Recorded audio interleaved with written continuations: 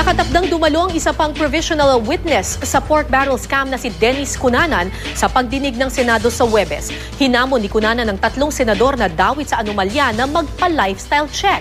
Si Cunanan nababatikos naman kaugnay sa umano'y mamahaling tahanan niya. Narito ang report. Mr. Cunanan left the country. He left for France, last February 23, 2014.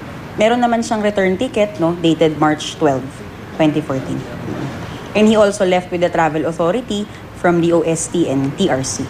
Kahit pa umalis sa bansa noong 1 linggo ang bagong pork barrel scam provisional witness na si Dennis Cunanan, asahan pa rin daw na dadalo siya sa investigasyon ng Senate Blue Ribbon Committee sa Huwebes.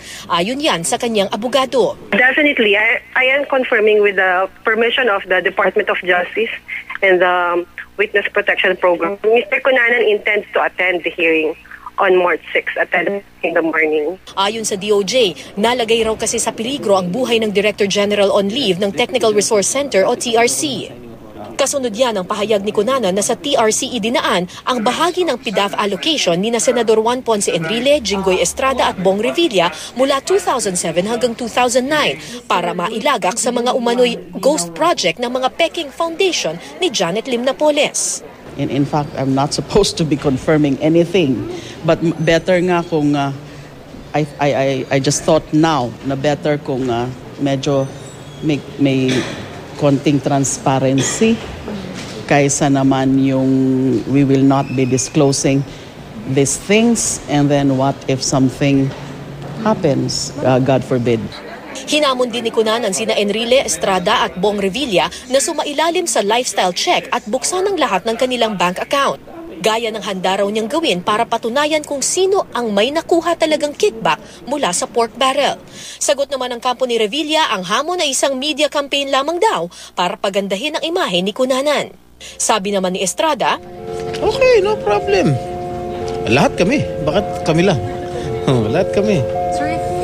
Bago pa humarap sa Senado, nabatikos na si Cunanan kaugnay ng kanyang tinitirahang 40 million pesos umanong bahay. Pero ayon sa ipinakitang deed of sale ng kampo ni Cunanan, 12 million pesos lang daw ang bahay at pag-aari ito ng kapatid ni Cunanan na si Darius. Nilinaw rin ng kampo ni Cunanan na hindi niya sinabing college graduate siya na requirement ng italaga siyang opisyal ng Commission on Higher Education. Kaya nang malaman daw niya noon na hindi siya pasado sa requirements, agad daw siyang nagbitiw sa pwesto. 2005 daw na kumpleto ni Cunanan ang kanyang college degree.